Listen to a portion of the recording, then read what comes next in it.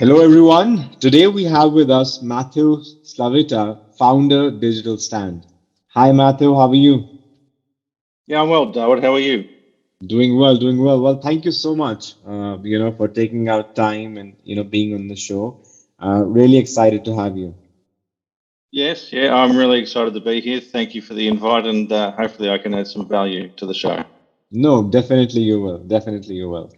Matthew, before we start, the main questions, it would be great if you would introduce yourself and your company for our viewers. Yeah, sure. Okay, obviously my name's Matthew Salvica. I started my company or founded my company back in 2013, Digital Stand. I started originally, Dawood, as a pure play sort of social media agency because back at that time I saw, I guess, the rise of social media and what that could mean to business. Um, and most won't remember this, Dawood, but even back in 2013, a lot of people still felt like social media was just a fad or a thing. Um, we come forward to 2021 and it's kind of one of the things at the moment, if that makes sense. So I started back in 2013. We started as a pure play social media agency, but then we evolved because we, saw that a lot of companies, back then didn't understand social media rather, but we also saw that they didn't actually understand the full customer journey from a digital point of view. So we became a HubSpot partner, if you're familiar Mm-hmm. with their Yep. platform from an inbound Yep. marketing point of view. And I guess, as I was saying a little bit earlier, we started to look at clients' full digital strategies and how the customer journey works, from the beginning all the way through to conversion. Because when I first started the agency, Dawood, one of my early clients used us for social media, and he said, "Listen, based on all the advertising that you're doing for us, all the metrics are fantastic." But he said, "Matthew, we're not getting any leads." Okay, so I had a look at his landing page, Dawood, and I realised that it wasn't responsive or mobile friendly. Right. So that was a big issue, given that I was running ads on Facebook. And I guess the second thing, Dawood, was he'd put 15 pages in place. So the friction, as you would Right. call it, was very high for someone to actually sign up. I can tell you that story a little bit later if need be. But so that drove my desire to make sure that whatever we do for clients ends up in Mm-hmm. a positive ROI. And we've continued to evolve, working with some of the largest brands, both locally and one or two of the largest in the world. No, absolutely, absolutely. I think, at the end of the day, like it's all about like, getting business to your clients, right? I mean, if conversions are not happening, I mean, then what are you doing marketing for? Correct, correct. Some people will tell you brand awareness, Darwood, but brand awareness doesn't really grow the bottom line. Right, So right. it does if it's part of a funnel, if that makes sense. But if it's not connected to anything and we're just doing brand advertising, then again, how do you measure the return and justify the expense? No, absolutely, absolutely. Talking about branding, what does an ideal brand strategy look like? Yeah, listen, that's a really interesting question. I think that let me take a perspective from a social point of view to answer that question, and then I can sort of overlay my general thinking on a brand strategy.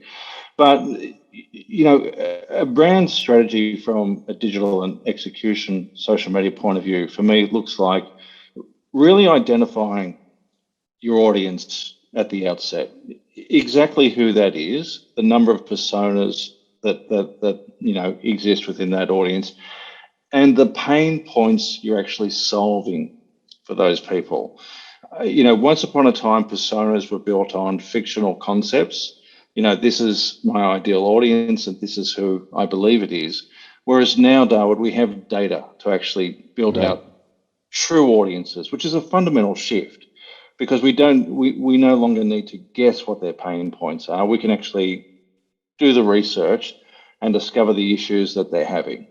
And by starting out really right at the beginning there and saying, what's our solution and how does that marry up against our persona's needs?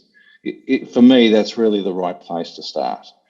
Um, and I guess in terms of a brand strategy in relation to that, you really have to overlay, firstly, is your brand known or is it an unknown entity? Right. In the target market that you're going for. And if you're an unknown entity, well, then you probably have to play it a little bit differently than if you're IBM or Coca-Cola, for argument's sake. But, you know, for me, data sits at the core of everything you do when it comes to a brand strategy and executing that effectively. And let's say you're an unknown entity, for argument's sake, and you decide you want to use the social platforms and you've clearly mapped out your personas and your identities. I think what happens now is, or I don't know if this is widely understood, perhaps it is, but you can run advertising that obviously is brand-based advertising to build up your awareness against that target audience. Mm-hmm. But then you can also run sequential advertising against those audiences. And what I mean is, if you run a brand campaign and you get a good engagement on that campaign, and then you petition the audience that's engaged with that campaign, you can then run a series of second ads against that audience. Then you can pull out the engaged audience from that campaign and run a third sequence. So you can really run your advertising in sequences, and that accelerates going from not being known to being known. Absolutely. If that makes sense, which is a fundamental shift from traditional media, if you like. Because, you know, if I use traditional media and I run a television ad, some people may see it, some people may not. But for me to capture who's actually seen it or not and then run a second ad, it's impossible. I can't do that. Absolutely. I can't do that with radio. I can't do that with any other outdoor media. I can only do that with a digital media platform or social platform that I can actually track. So for me, you know, from a brand strategy point of view, there are a couple of tenets that are very important. I think the creative as well is critical. I think talking about your product is great, provided it's solving a pain point and a solution. Because if it's not, then I'm not going to connect the need. And I see a lot of advertising, you know, generally that talks about the brand, but doesn't solve for the pain point. Now, there's also very clever advertising out there that does exactly that. And that's where I sit, because for me, it needs to have a conversion orientation to it. And the only way I can have a conversion orientation to it, Dawood, in my opinion, is if I'm solving your problem. No, absolutely. And I think, like, you know, if you don't have, like, if you're not answering a pain point, like, you know, of your ideal buyer persona, then how do you create that conversion funnel, right? I mean, you don't have the proper points to, you know, like, kind of fit the buyer's journey. I mean, if you're just, you know, like, making ads just like that without actually answering a question, then it also, you know, like, I think that's why, you know, the difference between conversions and, you know, non-conversions, I guess. Yeah, for sure. And, you know, I do a lot of, or have done obviously, and still do always a lot of reading and advertising. But I remember reading this one line in a particular book, Dawood, which said, you know, no one's excited about your ad and the launch of it except for you. Okay. So the challenge is to make someone excited and to get them, you know, the expression you've probably heard is to stop their thumb, right? A thumb stopping ad. So something that makes them, you know, stop as they're looking through the feed and then take action. And, you know, from the research in neuroscience that I've looked at, you know, it says we have an emotional reaction to advertising in under 800 milliseconds. And then intellectually, we start to think about it from the 1 second point onwards. And I think the attention span we now have as humans is around 8 seconds. So not very long to grab someone's full attention. And, you know, there's quite a strong theory that we buy emotionally and then rationalize intellectually. And I probably am of that school as well, Dawood, you know, where I think we do buy emotionally and then we justify it with, you know, logic later on as to all the reasons that we buy. Absolutely. So, yes. So I guess that's, you know, just a bit of an overview. But, you know, in terms of a true brand strategy, I think one of the things that I'm going to be talking about in something else coming up is we need to divorce ourselves from the idea that social media or digital media and platforms are for one thing and not the other. And let me put that in context. So if I'm being told that LinkedIn's for B2B marketing and I'm being told that Facebook's for B2C marketing, and I have that hat on, I'm missing a whole line of revenue that I could possibly be achieving on. We're marketing to people, we're not marketing to platforms. And the reality is, if I use LinkedIn, I probably use Instagram, and I probably use YouTube as an example. But the reality is I'm going to be on more than one platform, typically. Right. Okay, I think it shows that the average person is on about 2.3 platforms, if you were to average that out. What that means is, from a strategy point of view, I should be tracking my audiences on all of the platforms that I can track them on. And where I can put advertising in front of the right audience, I should be doing that. And I should be very agnostic about the platforms, because the platforms are there to serve their purpose. Right. And as a brand, my purpose is to make sure that I can make those platforms work for my brand. And I guess as a brand strategy per se, then I should be making sure that even if I'm not advertising on these platforms, that I'm trying to track them in some way, so that if I do want to launch campaigns and test that, I've got that enabled and in place. If that makes sense, Dawood. Makes sense. Absolutely. Absolutely. Now, talking about social media, there's always this question that what works best? The approach of using content as a trigger point to nurture prospects, or, direct lead gen campaigns. Yeah. So again, that depends on the offer. Okay. So, if you're taking out, a piece of content, for argument's sake, which I think you're referring to in terms of a lead gen for someone to download and take action on, again, if that content is good and that fits into that persona's need and it's something that they don't know about, then you're going to have success.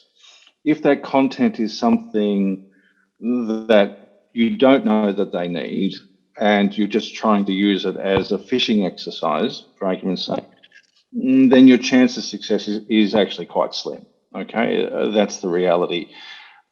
They'll say to you that 3% of the market is always ready to buy, for argument's sake, as a generalization.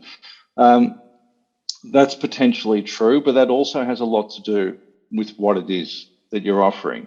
And to put this in context, one of the early companies we worked with was a financial services business, which we ended up expanding into that area quite a bit. But initially, all of their campaigns looked like everyone else's campaigns. Okay, so right. The happy family with the keys, or the person with the car, and all the rest of it. There's no differentiation. If I clicked on, X bank's ad versus Y bank's ad, it didn't really matter. There might be a 0.01% difference in interest rates, which the other bank would, if you're with someone else, they just match it before you left them anyway. So you also need to be different. You need to be offering the market something different if you want them to take action. And the only way you can offer them something different that is going to work is by going back to that earlier comment of solving a problem that they've already got. What are they complaining about online? What are the things they are unhappy about, with their existing companies or providers? And can you solve for that in some respect? Right. What are the best practices, for creating the best match target audience for your social campaigns?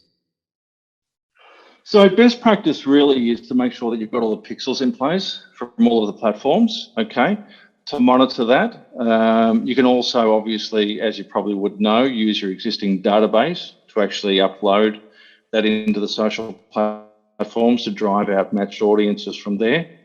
You can also do interest-based targeting, so targeting, for argument's sake, parents on Facebook who have kids who are, 0 to 1, for argument's sake, or people who work at, National Australia Bank on Facebook, employees of the bank, if you so want to head down that path.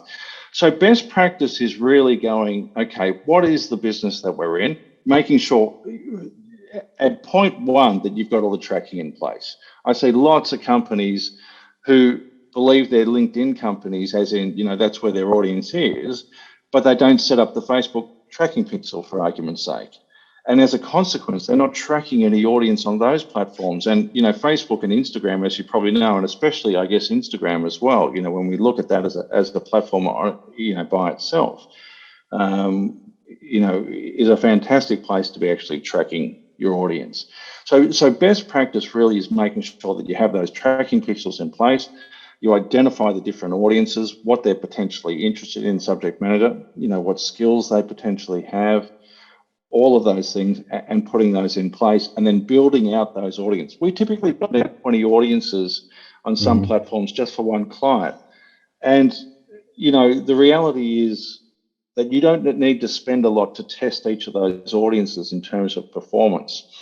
And as you test those audiences and as the algorithm starts to see what you're going for and who's responding to those advertising campaigns, then you're actually going to start to get some data feedback and actually identify who the right audience is based on your targeting options. And of course, there's a whole range of capabilities now where the platforms are looking to integrate CRMs and feed that information two ways from a conversion point of view, and that's going to increase. But Dawood, there's a lot of companies that still have no idea that these things are out there and possible, and that's where you need to start to make sure that you either inform yourself very effectively, about what's possible, or you work with an agency who knows what's possible and can actually bring that information to you. Right. You talked about earlier, like it's very important. Okay, fine. You think that your audience is on LinkedIn, but you're not tracking Facebook. Now there are so many, like channels available to connect with the customer. Like it's a challenge in itself. How do you tackle that? Yeah, that's a good question because there is so many channels, okay? And the reality is that the way to tackle that is it's simple and complex in some respects, but it is quite simple because let's say, for argument's sake, I'm a services business, okay? And let's say I'm not sure where my audience is. Well, then I just look at the data and I say, okay, well, let's just look at the data theoretically for a moment and just say, and ask ourselves some questions. We go, okay, well, there's approximately 300 million, 330 million people on LinkedIn, for argument's sake. It's over 2 billion something, 2.4, whatever it is on Facebook. And there's 2 billion people using YouTube. Well, let's start there. Let's just make sure we're tracking those audiences initially, because, if I've got 17 million, for argument's sake, Australians using Facebook, and I've got 11 million Australians using LinkedIn, and I've got 16 million Australians using YouTube, pretty sure I'm going to find some audiences there that actually align with my business. Because, in two of those platforms, YouTube, Facebook, Instagram, if you like, there's only 25 million Australians, for argument's sake. Okay, so, I'm pretty sure that on both of those platforms, I'm going to find an audience. And then on LinkedIn, I'm pretty sure if I'm B2B, I'm going to find an audience as well. And then once I've found those audiences on those platforms and I've got a formula that actually works, I can start to experiment with some of the smaller platforms and see whether or not I can resonate there. Now, of course, if you're a B2C business that has some new fantastic, teeth whitening solution, if I could put it that way, Dawood, then maybe TikTok's your game initially, okay? But, that would be a smaller exception than the rule, if that makes sense. Right, absolutely. How important are pillar pages and how do you make the best use of them? So pillar pages in terms of the content that you're putting on your website, is that what you're referring to? Yeah. I think The you have to content pillars. start. Yeah, the content pillars. I think I actually think they're very important. It was something I learned about a couple of years ago, but I've probably started to accelerate our own efforts on that respect more recently. And to be honest, I wish I had started earlier, to be candid. I think they're very important. I think that if you look at the premise of, what Google or what Facebook's desire is it's to serve the best content to the right person at the right time. And if you are a thought leader, well, not even a thought leader, but you know your subject intimately well, and you can actually talk to your subject, then creating pillar pages that answer the questions that your potential leads or customers are looking for, I think are critical. And, let's be, transparent here and say that, Google increasing the time on site and your information answering that on their environment lifts how much they can charge for advertising, but it also works for you because, if you're producing the best possible content that you can and it's helping them solve a problem, then it's also helping your business as well, because they're actually going to drive more traffic to your site. So I think pillar pages are very important from an inbound marketing SEO point of view, if you like. I think they're almost critical, Dawood. But I also think that, it helps you establish some, thought leadership and, knowledge about your capabilities and skills. Because if you do have the skills and capabilities, you can write content that resonates with your audience. Now, if you don't, then obviously you can't, unless you outsource it to someone else. Right, right.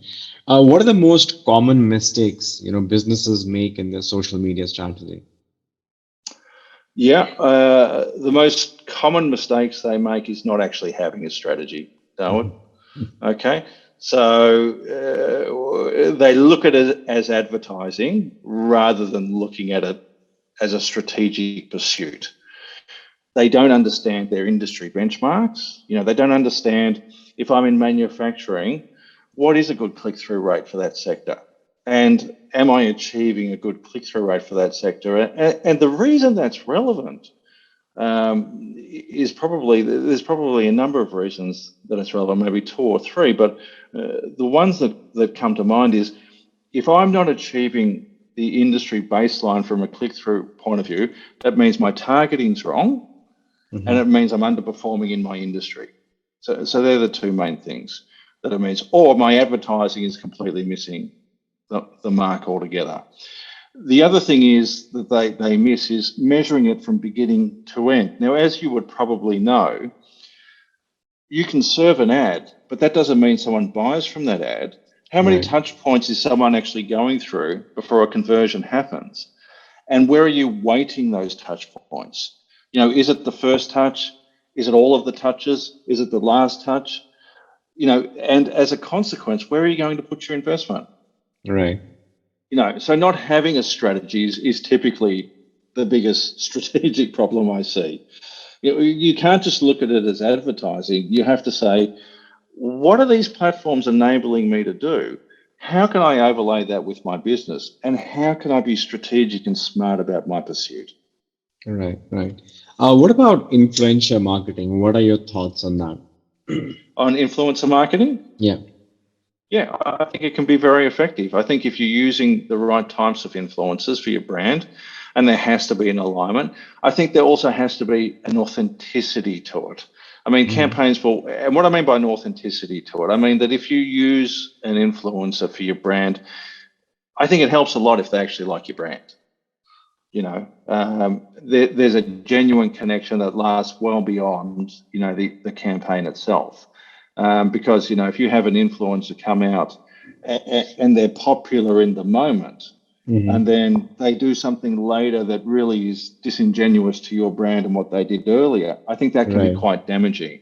So I think choosing the right influencer, both, at a large scale and micro scale, is very important. But if you do choose them correctly, I think they can have a wonderful impact on your brand, because they have a trusted audience.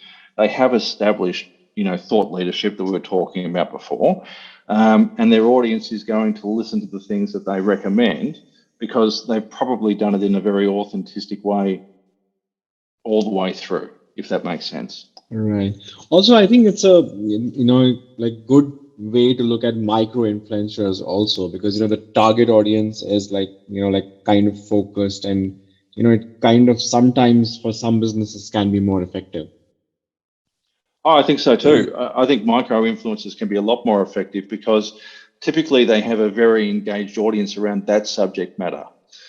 And as a consequence, they will listen to that influencer. So I think micro influencers, in fact, if you ask me which way I would lean, typically I would lean that way. Right, right. We're talking about platforms. What are your thoughts on leveraging Pinterest's marketing potential for sales growth? Yeah, that's an interesting question. So we've started using Pinterest for a brand here recently. Maybe you knew that, Dawood. I don't know. I'm only joking, but perhaps you didn't. Anyway, it's still early days for us in experimenting with Pinterest. I used to think early on when they first came out of the blocks, it had very high potential. Mm-hmm. And I've been in this space a while now, and I think Instagram for a little bit stole their thunder, to be candid. They sort of raced ahead of it quite strongly.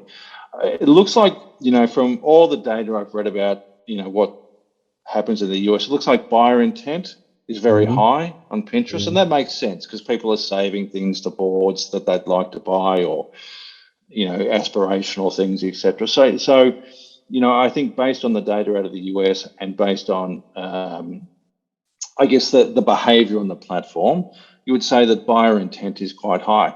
I still think on Pinterest, though, you have to be the right sort of brand, okay? And you have to be a brand that sort of lends in. So if you're arts and crafts and in that environment, or perhaps you're something with parenting, or you're something with holidays or weddings, or a whole range of things, I think it lends its quite as well. I'm not yet convinced of the B2B Mm-hmm. aspect. I think having the tracking in place still makes sense, Dawood. I don't think there's anything wrong with that. But yes, I think it potentially, if you're in the B2C space, it could have strong potential for you, especially potentially also moving offshore too, to other markets. Right. No, it's definitely like worth a test, and like you said, like you should, like if you have the time, and if it kind of works well, I mean, you should definitely track it. But yeah, I mean, there are a lot of people I am talking to also. A lot of them are trying like Pinterest campaigns, and some have given positive feedback. I'd certainly think the potential's there, and I like the visual nature of Pinterest. I like the visual nature of platforms per Mhm. se, because I think if you're creating the right content, then you have a wonderful opportunity to stand out visually. Right. Like blogs are an important part of the website. HubSpot says a website with a blog attracts 67 more traffic as compared to a website, without blogs. How do you plan, structure, and promote your blog for traffic? Best practices for creating an editorial calendar. Yeah, I think I mean, there's obviously a whole bunch of questions in that question, but yeah, the reality is that you need to do your research up front in terms of the blog, and everything does default back to what problem are you solving, who you're solving it for, and are they actually interested in it at this point in time? Are you using things like Google Trends? Are you using tools like SEMrush that we spoke about potentially earlier, and actually identifying keywords and themes that people are actually interested in? And then you have to ask yourself, Dawood, is it something that I can compete in, or is Wikipedia always going to have the number one spot for argument's Absolutely. sake? Yeah, I think people also get very confused around this area in some respects, in terms of understanding, that someone sending you an email telling you they can rank you on the first page is highly unlikely just straight off the bat. Okay, now there's certainly firms that can do that work, but it's an ongoing process of creating the right content and creating consistent content. I think the other thing is, there is a misconception that build it and they will come. Mhm. Whether it's a website or a blog, I think build it and then take it out there. Okay, share it with the world, right? Because they're not necessarily just going to come.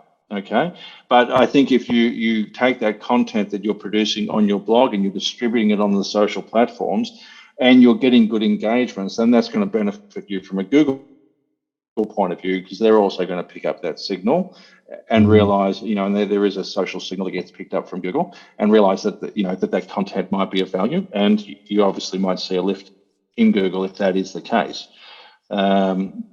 So I think best practice in that is making sure that you're writing content that people are actually searching for, publishing high quality content. Okay, so rather than trying to put keywords in it for argument's sake, making sure it's semantically written in some respects, but high quality content, and then distributing it out to the audiences that you've been tracking, because they're the audiences that are most likely going to be interested in the content that you're creating. No, absolutely. What are your thoughts on the statement organic social has died? Um, Listen, I understand why people would say that, and I think in some respects it's almost close to true. But in some respects it isn't as well. It's really about what investment do you want to make in organic social, and what platforms are you interested in using for organic. So I'd say organic reach is still pretty good on Instagram, as in, it's not great, but you can still make content work on that platform organically. I think the other thing that brands shouldn't necessarily lose sight of is this. If I see your ad in LinkedIn or I see your ad in Facebook, and then I go to your timeline just to have a look at your business, and it's a wasteland, as in there's nothing there at all, and they can't, then that just takes a little bit away from my perception. I'm like, well, okay, they're active in their advertising, but I can't really see anything else. And I can go to their website and I can try and find some blogs that I might be interested in. But if we go back to that 8-second comment earlier that I made, it's kind of like any business, Dawood. I think that you want to make sure that you have everything in place in a reasonable sense, okay? If the sign's crooked, you make sure that it's a little bit straight. Doesn't mean you need to publish organic content every single day, but, if you publish something, on LinkedIn once a week, and, maybe Instagram, you do something, if you're interested in that platform, maybe 3 or 4 times or a couple of times a week, some sort of activity, I think, is beneficial.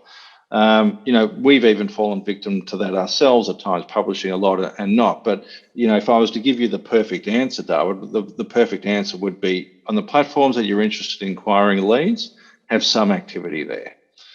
And as you know, the right piece of content can still go viral organically if the right person clicks on it and shares it.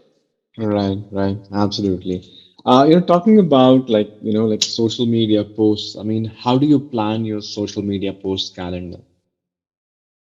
I think you have to plan it in alignment with, I think there's 2 things. One, you should always know what the year looks like, in terms of if you're a B2C or B2B business, what are the relevant dates in your industry? So what are the times that you should be publishing content and actually making sure that you're aligned with that? So I think, today or tomorrow's International Women's Day, for argument's sake. If you're a brand that's a big, advocate of that, then you should be publishing content that supports that. I think that you should align your brand with your brand beliefs.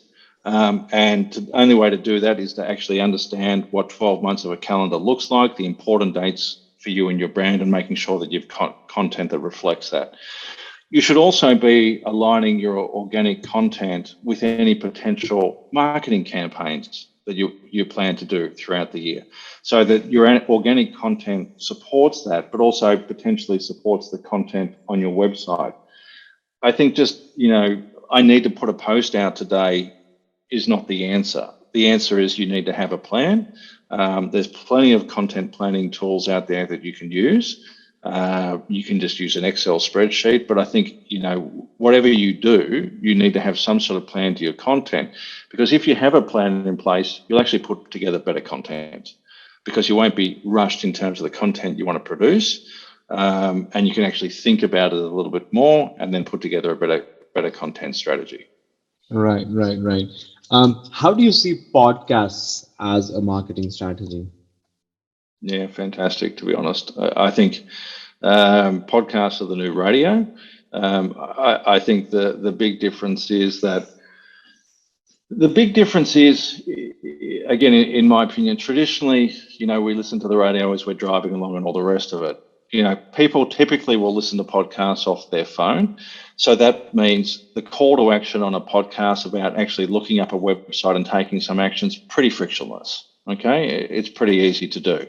I think, testing it against the right podcasts where your audience is listening is certainly worthwhile.